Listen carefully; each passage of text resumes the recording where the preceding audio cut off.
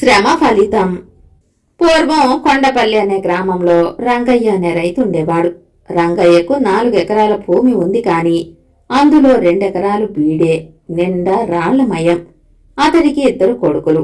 వాళ్ళు చేతికి అంది వస్తున్న వేళకు అతని భార్య కన్ను మూసింది. రంగయ్య పెద్ద కొడుకు వీరయ్య మహాబద్ధకస్తుడు. తండ్రి ఎంత చెప్పినా చెవిన పెట్టకుండా వేళకు భోంచేసి ఇరుగు పొరుగుతో ఉగుసుకొని కబుర్లాడేవాడు. చిన్న కొడుకు మల్లయ్య మంచి పనిమంతుడు, కష్టజీవి. ఇలా ఉండగా రంగయ్యకు హఠాత్తుగా ఏదో జబ్బు చేసి మంచాన పడ్డాడు. ఒకనాడు చిన్న కొడుకు మల్లయ్యను చేరపిలిచి కళ్ళనీళ్లు పెట్టుకుంటూ, నాయనా, నేనింకా అట్టే రోజులు బతికేలా లేను. నీ గురించి బెంగలేదు కాని నీ అన్న గురించే భయంగా ఉంది. నా కోరిక ఒకటి తీర్చగలవా అన్నాడు. చెప్పు నానా, నువ్వేం చెప్పినా కాదనను అన్నాడు పొల్లయ్య. రంగయ్య, ఒరే మల్లా, నువ్వు శ్రమజీవివి.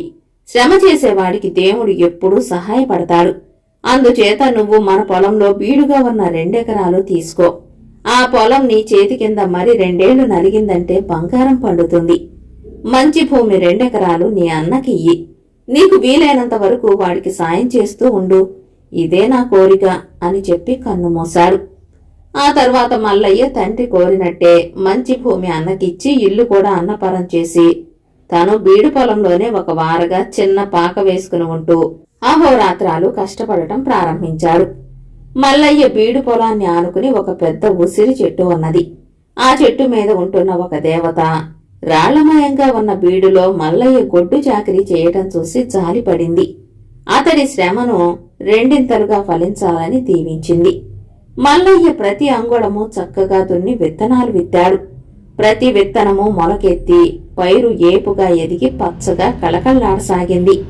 మల్లయ్య పని ఇలా ఉండగా అన్న వీరయ్య తన పొలం చేయటానికి పనివాళ్లను పెట్టి సోమరిగా ఊళ్ళో కబుర్లాడుతూ కాలక్షేపం చేయసాగాడు. అందువల్ల వీరయ్య పొలం మల్లయ్య పొలం ముందు తీసికట్టయింది. వీరయ్య ఒకనాడు మల్లయ్య పొలం వైపు వెళ్లాడు. నిండుగా కళకళ్లాడిపోతున్న తమ్ముడి పొలం చూసేసరికి అతని కళ్ళు పచ్చబడ్డాయి. వెంటనే మల్లయ్యను పిలిచి లేని ఆప్యాయత నటిస్తూ, తమ్ముడు, నాన్న నీకు బీడు భూమి ఇచ్చి అన్యాయం చేశాడు. నేను హాయిగా సుఖపడుతూ ఉంటే నువ్వు రెక్కలు ముక్కలు చేసుకోవలసి వస్తున్నది. మనం ఈ క్షణాన్ని మార్చుకుందాం అన్నాడు. మల్లయ్యకు అన్న దురుద్దేశం అర్థమైంది. అయినా అతను తండ్రి తుది కోరిక గుర్తు తెచ్చుకుని పంటతో నిండుగా ఉన్న తన పొలాన్ని అన్నకు స్వాధీనం చేశాడు. మల్లయ్యకు జరిగిన అన్యాయం గురించి ఊరి పెద్ద పోషయ్యకు తెలిసి మండిపడ్డాడు. ఆయన వీరయ్యను నిలుచున్న పళంగా రప్పించి, వీరయ్య, నీ తమ్ముడి మంచితనాన్ని అలుసుగా తీసుకుని అతన్ని నువ్విలా అన్యాయం చేయటం ఏమీ బాగలేదు. మరొకసారి నువ్వు అతడి పొలం జోలికి వెళ్లావంటే నిన్ను కఠినంగా శిక్షిస్తాను అంటూ కటువుగా హెచ్చరించాడు.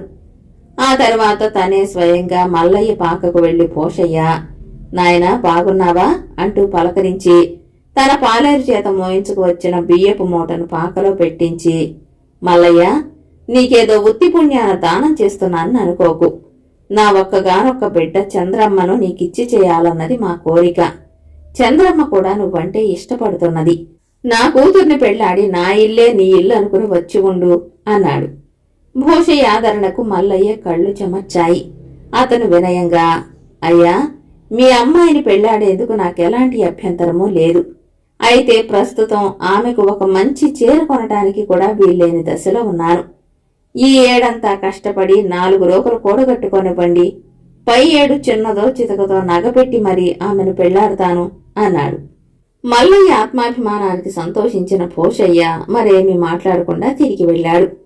దేవత కూడా మల్లయ్య బుద్ధి కుశలతకు చాలా ఆనందించింది. ఆ మర్నాడే తన పొలంలో మామిడి మొక్కను నాటేందుకు గుంట తవ్వుతున్న మల్లయ్యకు నిండుగా బంగారు కాసులున్న చిన్న రాగి బిందె దొరికింది. అతను వెంటనే దాన్ని తీసుకువెళ్లి భూషయ్యకిస్తూ జరిగింది చెప్పాడు. అంతా విన్న భూషయ్య పరమానందపడుతూ, నాయనా, ఇది ఏ వనదేవతో నీ శ్రమకు మెచ్చి ఇచ్చిన బహుమతే. ఇప్పుడు నువ్వు నాకంటే ధనికుడివి. ఇక నా కుమార్తెతో నీ వివాహానికి ముహూర్తం పెట్టిస్తాను, సరే అంటూ ప్రశ్నించాడు. మల్లయ్య గ్రామ పెద్ద మాటలకు ఆనందిస్తూ తన అంగీకారాన్ని తెలిపాడు. జరిగినదంతా ఆ నోట ఈ నోట విన్న వీరయ్య 2 రోజుల పాటు పశ్చాత్తాపపడి తమ్ముణ్ణి కలుసుకుని, తమ్ముడు, శ్రమ ఫలితం ఎలా ఉంటుందో నాకెప్పటికి తెలిసి వచ్చింది. నీ శ్రమను దోచుకుని నేను చాలా పాపం చేశాను. నా 2 ఎకరాలు కూడా నువ్వే తీసుకో. నన్ను నీ దగ్గర పనివాడిగా పెట్టుకుని సోమరిగా ఇబ్బందుల పాలవటం కాక తగిన శ్రమ చేస్తూ సుఖంగా బతకటం నేర్పు చాలు అన్నాడు. మల్లయ్య అమాంతం అన్నను కౌగలించుకుంటూ, అన్నయ్య, ఇద్దరం కలిసి పొలంలో శ్రమ చేద్దాం. నాది నీది అన్న భేదం లేకుండా కలిసికట్టుగా బతుకుదాం అన్నాడు. వీరయ్య తమ్ముడు చెప్పిన దానికి ఆనందంగా అంగీకరించాడు. కథ సమాప్తం.